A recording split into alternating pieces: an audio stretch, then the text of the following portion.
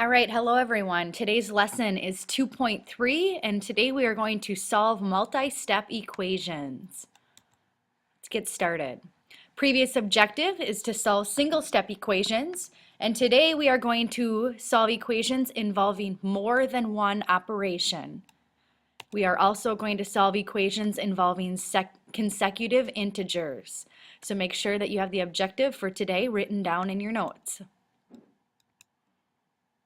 We have 3 vocab words today. First one is a multi-step equation. Again, if I go too fast, feel free to pause the video and make sure you have these vocab words in your notes.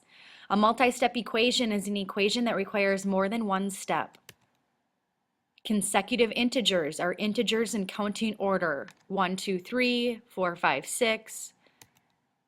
Number theory is the study of numbers and the relationship between them.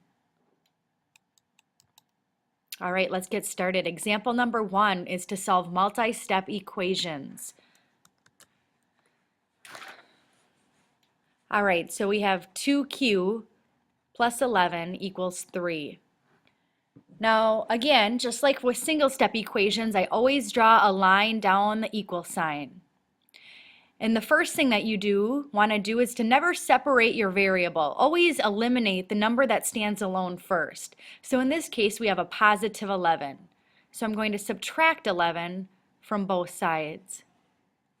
I'm left with 2q on this side, and I'm left with a negative 8 on this side.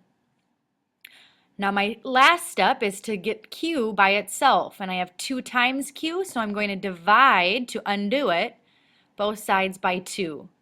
Now I'm left with q equals a negative 4 because a negative 8 divided by positive 2 leaves me with negative 4.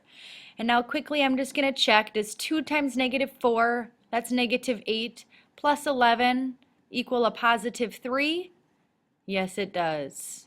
I've checked my answer. Let's move on.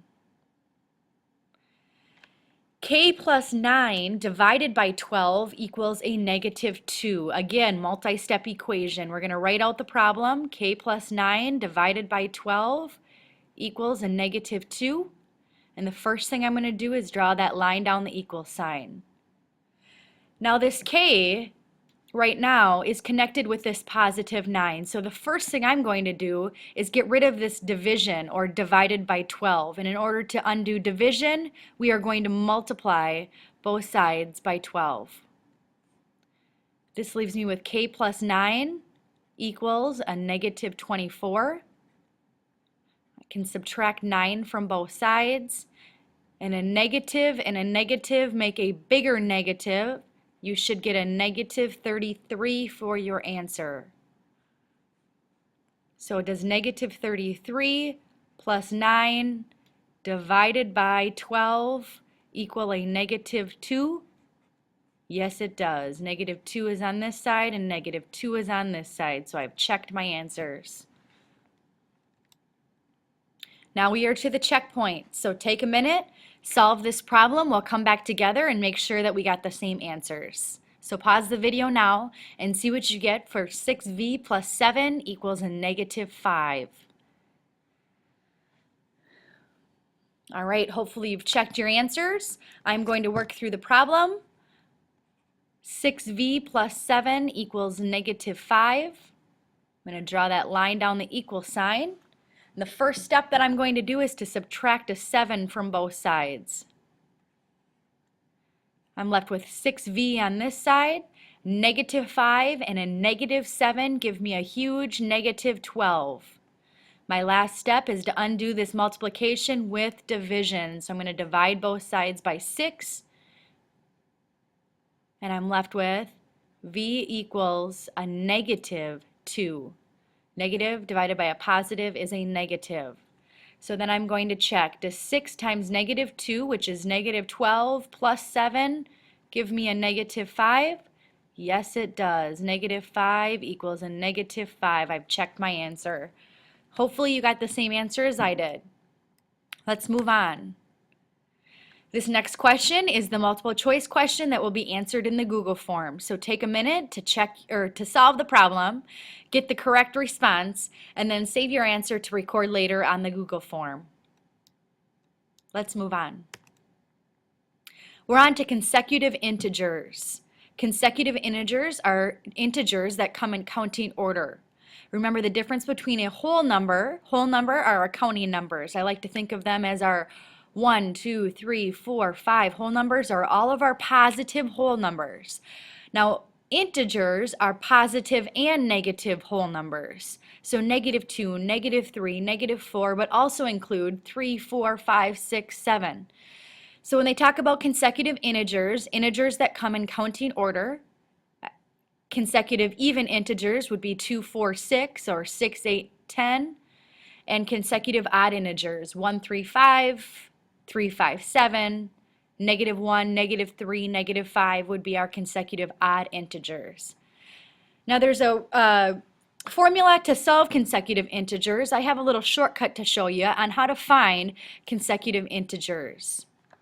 So they want you to write an equation for the problem below and solve the following problem. The problem asked, find 3 consecutive odd integers whose sum is 57. Now, what I like to do for these problems is, first of all, make 3 lines. If I have to find 3 numbers, then I'm going to draw 3 lines. Now, an easy way to solve this, if I have to find 3 consecutive odd integers, then I'm going to take the number 57 and divide it by 3. 57 divided by 3 is going to give me 19. Okay? Whenever you divide it by your number that you're trying to find, we have 3 odd numbers. We're going to divide it by 3. This 19 always ends up in the middle. Your answer is always your middle number. So my middle number is 19. And if they're consecutive odd integers, then the one that would come before it would be 17, and the one that would come after it would be 21. Now you can put in your calculator 17 plus 19 plus 21 should give us a sum of 57. So it's just an easy way to solve when you're trying to find those consecutive odd integers. Take the 57, divide it by 3, and that's your middle number. Then if it's odd or even or just consecutive, find your number before and after, and then always double check to make sure that indeed when I add them together, I get my answer of 57. Let's try another one. 3 consecutive odd integers with a sum of 75. So I'm going to draw my 3 lines. I have a sum of 75 and I'm dividing it by 3. 75 divided by 3 is 25.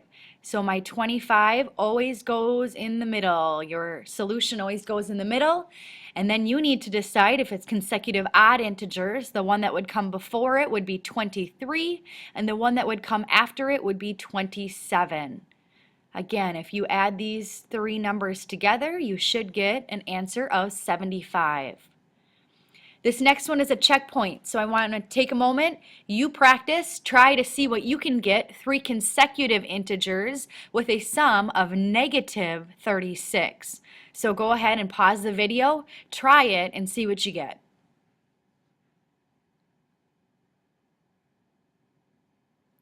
All right, let's get started and see what we get.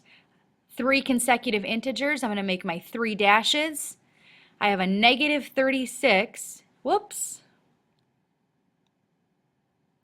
Let's try that again. I'm going to make my 3 dashes.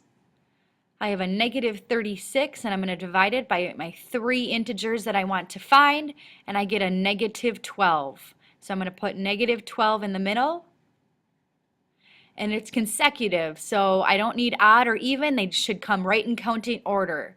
So the one before it would be negative 13, and the one after it would be negative 11. If you add these up, you will get a big sum of negative 36. Hopefully you got the same answer as I did. Now there is one that I want to show you. You will have a few problems with 4 consecutive integers. So I want to show you, it's a little bit different, but the same concept applies. If we need to find 4, I'm going to do 4 numbers. So 54 divided by 4, because I have 4 numbers and a sum of 54, it gives me an answer of 13.5. Well, decimals are not integers, but the rules still apply because 13.5 is the number directly in the middle of my consecutive integers. So the numbers between 13.5 would be 13 and 14. 12 would be on this side and 15 would be on that side. If I add these 4 digits up, I will get a sum of 54. So again, when you have 4 consecutive integers or odd or even integers, you're going to divide it by 4 and then you're going to get a decimal. And that decimal is the number that falls right in between your 4 numbers. So you're going to find the integer below it and the integer above it and then add your 2 at the ends. All right, that's it for 2.3. Hopefully you've taken good notes and tomorrow we'll do the lesson in class. Thanks and see you then.